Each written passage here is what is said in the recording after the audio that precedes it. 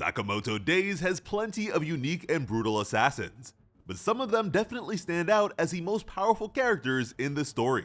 As of the jail arc, this is our list of the 20 strongest characters in Sakamoto Days. At number 20, we have Akira Akao. She's one of the top fighters among young assassins. Her main claim to fame is the ability to see pathways she can take to kill a target. And at that, she's regarded as someone with a rare talent for killing. She's a prodigy and pretty much the second coming of one of the JCC's most deadly assassins. At this point, she's pretty much replaced Lou as the main heroine of the story. Her lack of confidence is mostly what holds her back. But when Akira has a reason to fight, she becomes an absolute beast. She intercepted and withstood an attack from an angry, slim Sakamoto. With her back turned, she countered Seba, Amane, and Shin at the same time. The fact that Kanaguri chose her to be the main character of his film should be a testament to her potential. After all, progress is pretty much a given with a good movie. So I expect her to rank higher before we know it. Akira's movements are quick and sensitive enough for her to move a butterfly without it even noticing. And she's more confident in her housekeeping skills than her ability to kill. She's really superhuman at it. In a matter of seconds, she sewed various types of fabric into a functional parachute. Even Sakamoto, who is pretty much the most resourceful assassin of all time, was blown away by her level of needlework, especially since they were in the middle of free falling from an airplane. If she can find ways to incorporate those skills into her fighting style, she might become more like a cross between Rion and Sakamoto. Number 19 goes to Joe Shackles. This man is the head guard of the JAA prison's first floor. In his prime, he was part of a special unit, and said to be the guy closest to the Order. With that being said, it's clear that the gap between him and the Order's level of power is still really big. Shin caught him off guard with a knee to the face, but Joe just smiled and proceeded to give him a viciously one-sided beatdown. Even after being crushed by several tons of weight and slapped in the face with a frozen fish, Boyle's sacrifice is the only reason Shin managed to turn things around and win against him. Number 18 is Tenkyu. This man is absolutely terrifying with a bow, and really just terrifying in general. He is excessively pragmatic and lacks impulse control, and that makes him a very unorthodox and unruly fighter. He knocked back an arrow with his foot and aimed it over his shoulder. The Alkmaar orphanage set out to create emotionless killing machines. Tenkyu was their only success. Since he also uses his bow as a club, he's able to be a menace from any distance. And this guy doesn't hesitate at all. The moment a thought occurs to him, he puts it into practice. He's even resourceful enough to use a tooth as a projectile. He stopped an airsoft bullet with the string of his bow. Then there's his special left eye. It makes his vision absurdly good, and makes him a far more dangerous archer. But since he's not totally used to it, Tenkyu can't have it activated for too long. I love seeing savage characters like this guy, so I hope he's able to get stronger in the future. Shin did cut off some of his digits at the end of their fight, but with how clever Tenkyu is with his bow, I doubt that'll slow him down for too long. Speaking of, at number 17, we have Shin Asakura. He's an ex-assassin with telepathic powers who just keeps getting stronger and stronger. Even Sakamoto was surprised by how strong he's become before the Bangkok arc. Shin's ability to read minds earned him the nickname Clairvoyant. Sakamoto took Shin under his wing back when he was still an assassin, so he was able to see the pinnacle of the trade in action. And now, Sakamoto has done the same in retirement too. The current radius of Shin's mind reading range is 400 meters. More than just their surface thoughts, he can now read a target's motor readiness potential. That lets him know how they'll move before it happens. In practice, it's as if he can see into the future of a fight. For now, Shin can only handle 5 minutes a day. That doesn't sound like very long, but 5 minutes is quite some time in the midst of a fight. And the limit was related to his body's current level of fitness. But that assessment was made ages ago during the Death Row Prisoners arc. Shin has gotten way stronger since then, so that precognition of his should at least be close to an upgrade if there hasn't been one already. He can also issue mental commands that force people to abandon their current course of action and obey him instead. Thus far, the commands have been as simple as possible. so at least for now, he won't be able to request anything especially complex with it. It also only works on a target once because their body raises inherent defenses. But Shin can command himself as many times as he wants. This lets him go beyond his body's limitations and even move despite hindering wounds. This power works by sending electrical signals to the basal ganglia, a part of the brain responsible for controlling voluntary movement. It also plays a part in learning and habit formation, so active use may be able to accelerate Shin's training progress in the future. Shin can also speed up his own perception so much that everything around him looks like it's moving in slow motion.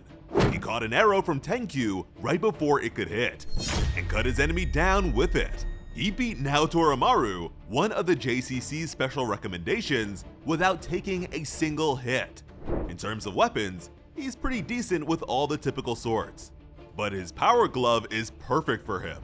By turning off the limiter in his brain, the gloves allow him to access strength that would otherwise be impossible. But it comes with a delay of half a second. The longer the delay, the greater the power boost. Shin's ability to pretty much see into the future lets him make up for the glove's shortcoming. These gloves were made by Natsuki Seba, an exceptionally talented weapon maker who is always practicing his craft. So it's only a matter of time before Shin gets an upgraded version. And in the future, he might not even need them. The sensation of unlocking his brain's restrictions might become familiar enough for him to do it by himself. And that way, he might even be able to give someone else the same kind of power-up. Either way, by combining this enhanced strength with the rotation principle he learned, Shin can overcome situations where matching a target's physicality is an issue. Shin has a harder time anticipating random attacks, so methodical minds are his preferred targets, so long as their thoughts aren't too complicated. So he might want to avoid the minds of hyper geniuses. As is to be expected from a main character, Shin's growth potential is insane. He will definitely be higher up on this list in the future. Above him at number 16, we have Rion Akao. Rion was one of the 3 greatest young assassins in JCC history. Her signature path reading ability is just like the one her niece inherited. Hers had no wasted movement at all, and let her force one of the greatest assassins ever to be on the defensive. Rion was exceptional at close combat. She was also a match for Sakamoto and Nagumo during their school days. She had no trouble fighting the two of them for 9 hours straight, under very specific circumstances where they wouldn't have any clothes to work with in an empty environment. Rion believed that she would be able to beat Sakamoto, and doing that under any conditions would be very impressive. She is the 3rd greatest shooter in JCC history. She even beat Sakamoto at a shooting contest, and he is the 2nd greatest shooter in JCC history. There is no doubt that if her life wasn't cut short, Rion would be one of the greatest assassins in history by now. At number 15, we have Etsuko Satora. This elderly assassin was a teacher at the JCC. She was chosen to be a founding member of the Order, but thanks to being only one of 2 survivors of their 25-person class, Satora decided to focus on education instead. She is an Aikido master who was once revered for returning from each mission without a scratch on her. She changed the assassin world forever by turning a martial art believed to be ill-suited for killing into an industry standard and required skill. The rotation principle was something she used to lessen the gaps in strength caused by age or gender. She could handle the Sakamoto trio in their youth. Satora was so familiar with Rion's pathways that she knew how to recognize and counter the ability when she saw it from Akira. Although she probably would have died regardless, her desire to protect her students cost her her life in battle. And even then, her body managed to fight beyond death and deliver a permanent injury to her killer. Number 14 goes to Hyo. This is the first member of the Order on our list. Hyo wasn't an exceptional young talent like most of his peers. He became one of the strongest assassins through sheer hard work. As a brawler type, he excelled in close combat, and presumably, he possessed the most impressive physical strength amongst modern Order members. Honestly, he's just a guy who's 6'6" and is really good at street fighting. Not using any weapons was a hurdle he overcame through sheer physicality. He easily broke through steel with his fist like a human jackhammer. His counter to superpowers is just punching really hard. He trusted his willpower to surpass technique. This absolute beast lost both of his eyes and took a bullet to the brain, and he just kept fighting. Even when he was being torn up by a boat, his grip on his killer was so strong that she had to give up her arm. Hyo is the definition of hard-boiled, and pretty much the peak of what a normal person could ever hope to achieve as an assassin. But number 13 actually goes to his killer, Kumanomi. Her control over electromagnetism is one of the most powerful abilities in the series. She can switch it on and off very quickly. She easily hurled a crane truck that weighed at least 5,000 pounds through a wall. And of course, metal is everywhere in our modern world, so the environment is pretty much always in her favor. And since most assassins use metallic weapons, she'll usually have the upper hand in a fight. She can intercept a sniper bullet with her bare hands once they've been coated in iron sand. And the sand can also be used to impair vision. And in general, I'm sure we all know just how deadly sand manipulation of any kind can be in anime and manga. And you might just think that Kumanomi is made out of metal herself, because Hyo punched her through 4 floors, yet she was noticeably unfazed and unharmed. With her highly aggressive fighting style, she had the advantage for a while, but became too predictable, which I'd say came down to the big guy being more experienced. Hyo turned things around with 2 solid attacks, but then he lost an eye while trying to protect a kid from her attack. So it's easy to discredit Kumanomi for playing dirty. But Hyo also had Heisuke helping him out. Heisuke is the second best marksman in the series. He was also described as being the worst possible enemy for Kumanomi. The fact that she withstood so many direct hits from the big guy and never stayed down is really impressive. Kumanomi is a very calm and calculated fighter. Even without magnetism, she went back and forth with Hyo for a while. She didn't hesitate to lose an arm to avoid drowning, and that just ended up making her even cooler now that she controls a metallic arm, which made her even more powerful and capable of attaching metal onto herself as armor. Although Shishiba had the upper hand, Kumanomi was able to hold her own against him for a good while. She sent him through several walls, and he couldn't return the favor until her electromagnetism fell thanks to outside intervention. If Magneto from X-Men is anything to go by, electromagnetism has no shortage of uses. Hopefully Kumanomi can survive long enough to get even stronger. Number 12 goes to Kamihate. This member of the Order is also the greatest sniper in JAA history. Even Heisuke was blown away by the senior sniper's accuracy. Kamihate could communicate by shooting the characters on a piece of paper, and that was just so he could hit on Osaragi. Years ago, Sakamoto, Hyo, and Nagumo were surrounded by more than 10 elite marksmen. Not even they would be able to make it out unharmed. But once Kamihate got involved, there was nothing to worry about. Nagumo and Sakamoto each took turns admiring the greatest sniper. He shot a knife in mid-air, so it would hit a guy hiding behind a corner. Kamihate can control an entire battlefield with a single bullet. Even current Sakamoto has trouble dealing with such a long-range opponent. Heisuke is the only person who has ever seen Kamihate's face. And on that note, we haven't seen enough from Kamihate to rank him any higher. We've mostly seen him in a silly context rather than anything truly serious. So he might just be even more impressive than we're giving him credit for. Number 11 goes to Osaragi. Unlike most of her peers who have been assassins for ages, Osaragi grew up as a farm girl with no connection to the world of assassins. Regardless, she's joined the Order and seems to be an assassination prodigy. She is the most lethal airhead around. Osaragi doesn't flinch at all in the face of pain. Her preferred weapon is a collapsible buzzsaw. It's one of the more specific signature weapons, so her danger level is likely to be a bit dependent on its use. And at that, she uses it in plenty of creative ways.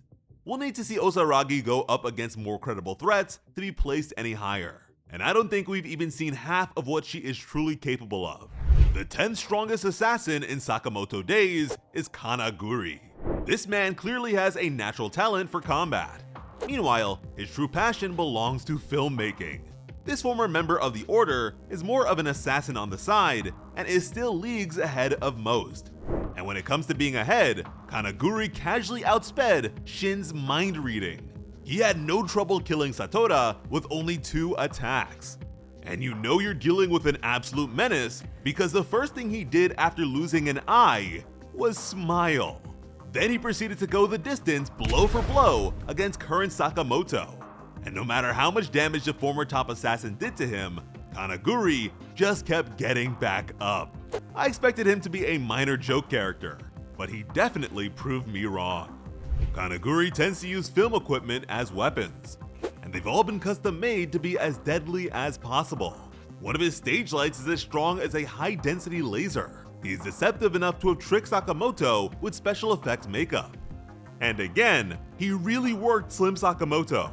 Right after killing an order-level assassin and losing an eye, Kanaguri fought Sakamoto and was the only one who landed a major blow. He actually spread his arms and left himself wide open to Sakamoto's final blow, which he only pretended to be beaten by. That said, Kanaguri knew that a truly angry Sakamoto would kill him. Even so, his ability to successfully direct the fight towards that point, despite Sakamoto's morals, was absolute cinema. At number 9, we have Kindaka. This veteran member of the Order is pretty much a Kakashi to Sakamoto's Team 7.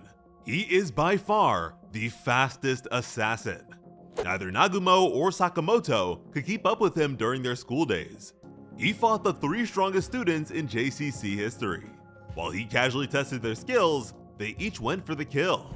We see him zip around faster than anyone, even when he had a broken back. He woke up from a poison-induced coma after many years, and without rehab, he's still way faster than most assassins. During the flashback mission, he was definitely nerfed for the sake of the narrative. That mission would have been trivial if he was in fighting condition. That said, his age and condition will probably limit him from ever regaining or surpassing his past glory. Number 8 is Satoru Yotsumura. His weapon of choice is a bladed 3-section staff.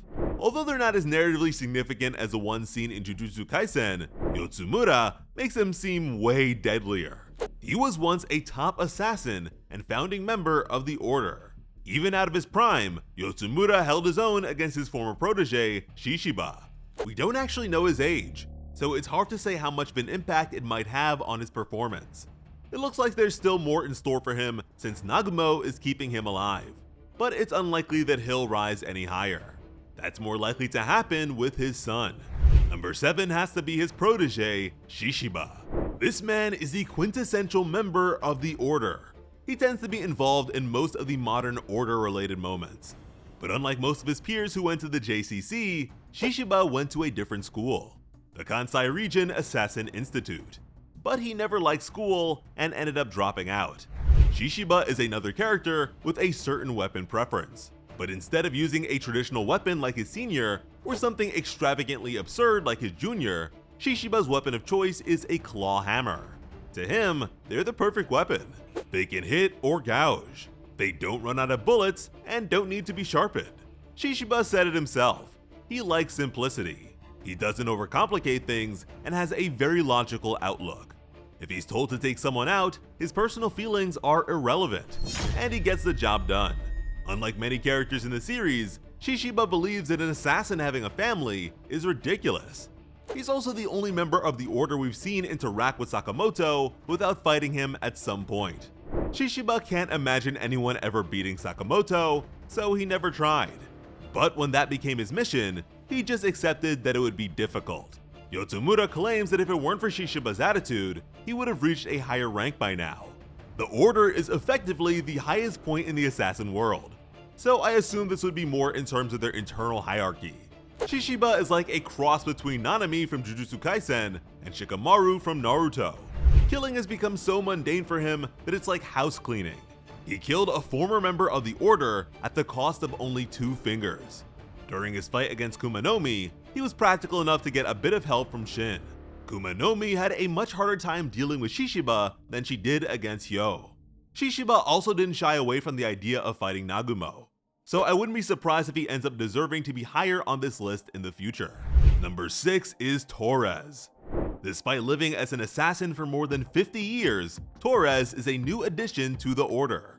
I've seen plenty of gambling-related characters in anime and manga, and Torres is easily the most realistic depiction. He's a haggard old man who doesn't look like he's having any fun, loses way more than he wins, and is swimming in debt. He's just like any random person you might find inside a pachinko place. Actually, it's much worse than that. He owes the JAA 60.2 billion yen. That's nearly $400 million. And that's just in 1 month. It's the reason he ended up joining the order. But this old man is tough. When Shishiba blindsided him with a hammer strike, even he was surprised by Torres' counter. The end of his hammer had been destroyed in an instant. That was enough for Shishiba to accept the new member. And aside from Shishiba, who noticed and tried to warn Shin, Torres was the only member of the order to notice a disguised Sakamoto. He didn't outright know that it was the former top assassin, but did sense something. It was actually Oki who recognized Sakamoto's wife from the documents, so Torres' reasoning could be different. Either way, he's ruthless and willing to use civilians to get the job done. His weapon of choice is hyper-specific. According to him, that's a standard and gives an assassin an edge in combat. He holds a sandblaster in each hand. They disintegrate anything he targets, and he doesn't need to pay for bullets. They're powerful enough to cut straight through a moving train. That's close to something a myth of the assassination world was capable of. Despite his build, Torres is surprisingly fast, but he was blindsided and took a knee to the face from Nagumo. Sakamoto slammed him into a Toyota, and Torres was in better shape than him afterwards. Torres has beaten the current Sakamoto in his skinny form 5 times. While Sakamoto was tired and bloodied, Torres had headphones in, was unharmed, and was thinking about installing a horse racing app. It's to the point where Sakamoto doesn't even know how he could ever win. But now the top 5 begins with Gaku. This battle junkie gamer has held his own and even excelled against many of the top assassins. His weapon of choice is a long, square-headed mace. It can also shoot out a laser beam strong enough to move a car. Unarmed, his skills crushed JCC's top candidates and faculty too. And that was while he controlled a weaker body with a bit of lag. Very few people have the level of flexibility needed to perform Gaku's moves. His 1-inch punch had enough force to send Nagumo through the wing of a plane. And somehow, Gaku's never heard of Bruce Lee. When Gaku locks in, he treats killing like a video game. He ignores his own safety and the mission for the sake of having fun. The stronger the opponent, the better. When he really locks in, he enters the killing speedrun. For that one, he aims to get the kill as quickly as possible. In terms of attack power, Gaku is actually above Nagumo. Nagumo acknowledged Gaku as not just strong, but the strongest opponent he's ever faced. Between his dexterity and way of attacking, Gaku actually reminds him of a younger Sakamoto, which is just about the highest praise an assassin can receive. And on that note, number 4 is Yoichi Nagumo. Nagumo was one of the 3 most impressive young assassins in JCC history. He was also the one to stay with the order the longest. Nagumo has known Sakamoto since the 2 of them were 14 years old, so he's seen and trained with the great assassin at all levels and knows his skills well. He's still the 4th greatest shooter in JCC history, but Nagumo seems to prefer close-range weapons. Back in the day, he lugged around several bladed weapons that were strapped to the inside of his coat. These days, Nagumo's weapon of choice is very unique and is usually lugged around inside a briefcase. His weapons have been consolidated into a big multi-tool with 6 different functions. There's a scythe, an axe that doubles as a hammer, double swords, and even an invisible blade. The latter is a completely ceramic blade that is incredibly hard to see. Although it can be devastating, the invisible blade can only be used once in a fight since the blood makes it visible. At times, Nagumo lets his weaker opponents pick their fate with a number 1 through 6. If they don't, he uses a 6-sided die instead. It's a distraction that either decides or shifts a battle. Even someone like Gaku, who was hyper-focused on his movements, lost track of Nagumo once it was thrown. These are all very effective tactics for Nagumo since his fighting style is all about deception. The fact that his weapon has so many transformations at all is for the sake of distraction and giving the enemy more things to focus on. He's actually the son of a famous spy family, and became an assassin because it seemed like fun. Switching paths like that is very rare. Yet he does mention having a gold assassin license. We're never told what exactly that means, but I guess it sounds cool. Nagumo has an unbelievable talent for disguises. He can believably turn into and turn others into different people. It only takes a few minutes and works regardless of gender or build. He even turned Sakamoto into the spitting image of his wife. At most, these transformations last for 24 hours. Although they may degrade sooner than that based on how they're used and how different the bodies are. Nagumo himself is so skilled at imitation that he successfully pretended to be another man's reflection. Not even Shin's mind reading can penetrate one of his disguises. When Nagumo faked his own death, not even Sakamoto was able to see through the trick. Even his natural looks are deceptive. Nagumo is 27, but he can pass for 18.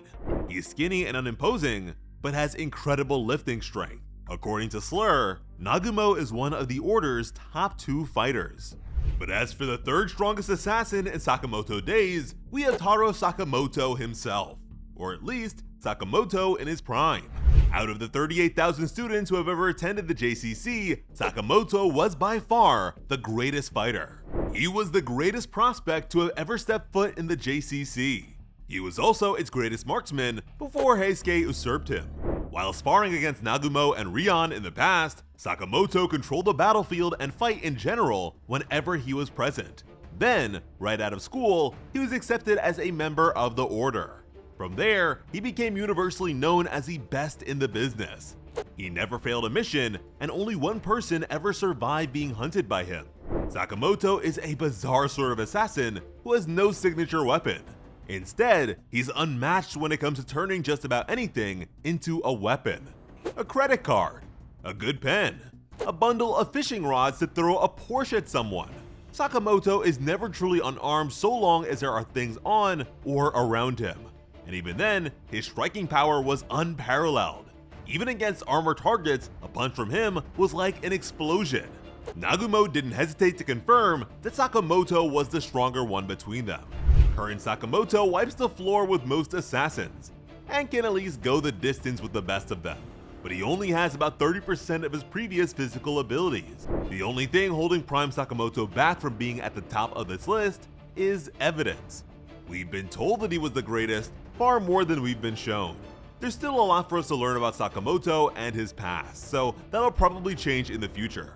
It's clear that Sakamoto taps into an extra source of strength whenever he's angry. The threat of danger to his loved ones may even make him stronger than he was before. But the second strongest assassin in Sakamoto Days is Takamura. While Sakamoto may be a legend among assassins, Takamura was a myth. Other assassins may be given protection or retrieval missions. Not Takamura. This man was the Terminator of the JAA. So long as he stood, the JAA could not fall. They sent him in when they wanted nothing short of annihilation. Although Takamura was a member of the Order, and Slur had Kanaguri as an inside man, he didn't even know that the veteran was still alive. Takamura's weapon of choice was a katana. With it, he casually cut through one of the Tokyo Tower's legs. His cuts were so clean that he could sever his own arm and reattach it right after because the muscle tissue was still alive. After every few swings, he would sheath his sword. But even knowing that was not enough to stop him from attacking. Sakamoto, Nagumo, and Slur together could not stop his sword from emerging. His first encounter with Gaku can't even be called a fight. He casually blocked Gaku's attack and unsheathed his sword despite the weight. He cut through an entire skyscraper in one swing like Sukuna. Gaku lost 2 fingers and an ear. When Takamura put the sword back in the sheath, Gaku's weapon was broken. Takamura carved into Nagumo before the other assassin could react. Nagumo knew that even in his skinny form, Sakamoto would be no match for Takamura. Soon after, Sakamoto admitted that compared to when he was in the Order, Takamura is way stronger. Sakamoto at his current best was a joke to him. Sakamoto is revered as a god of assassination, but Takamura is clearly a non-believer. When Sakamoto emptied an entire clip at him, Takamura used the bullets to sharpen his sword. Sakamoto's conveniently placed apron was the only reason Takamura's hit wasn't lethal. The old man had the tendency to incomprehensibly mutter to himself, but Takamura was able to speak normally. It just made him even scarier. Because of his age, he had poor eyesight. He made up for this by being hypersensitive to hostility and antagonism. Also, flies for some reason. He almost took out most of the Order's roster just to swat a fly. And really, he swatted Haruma like a fly. Then did the same thing to Gaku. Then to Sakamoto and Nagumo at the same time. Granted, Nagumo and Gaku were already injured beforehand, but that's still very impressive. As the focus of Suzuki's 2 old one-shots, Takamura definitely had the strength of a main character, but unfortunately, not enough of the plot armor. But the last assassin on our list has all that and more. Number 1 is Kei Uzuki, otherwise known as Slur or X. Uzuki grew up in the Alkamar orphanage like Kumanomi and Gaku, so he was raised to be a future member of the Order. Although he wasn't as exceptional as the Sakamoto trio at the JCC, he participated in their final mission together. He was able to stab a fat Sakamoto without even trying. But although he did that with a knife, Uzuki was later revealed to have 2 different signature weapons. The first is a sword whip, one of those fictional weapons that's really cool, but just way too impractical in real life. It can cut and stab, and also grab and smack. The second is a traditional Japanese katana. He has 2 different signature weapons because of his dissociative identity disorder. It seems as though when he is in extreme emotional turmoil and on the precipice of death, Uzuki manifests a new persona. One that is based on the mannerisms, movements, abilities, and mentality of a person he's observed. One of them is Rion. So although we've yet to see it, he should have access to her pathway vision. The other is our previous entry, Takamura. And really, that's why Uzuki is at the top of this list.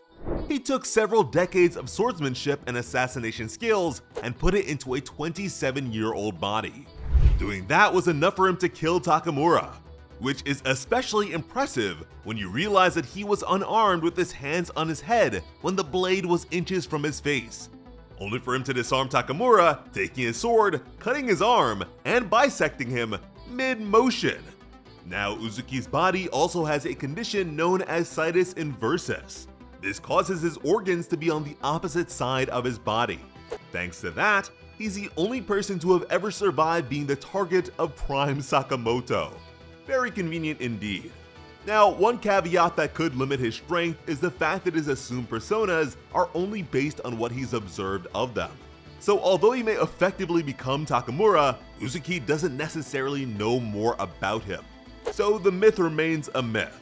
That said, Uzuki was able to balance his personalities and seemingly call upon Takamura's swordsmanship when he needed it.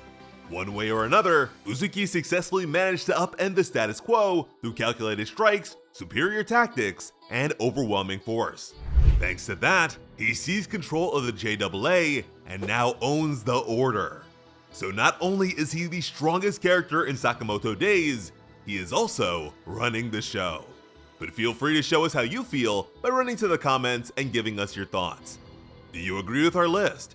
And if you're watching this way later, does it still hold up? I'd love to know. As always, I'm Sliceable Otaku. Thank you all so much for watching and have an awesome day. I love you.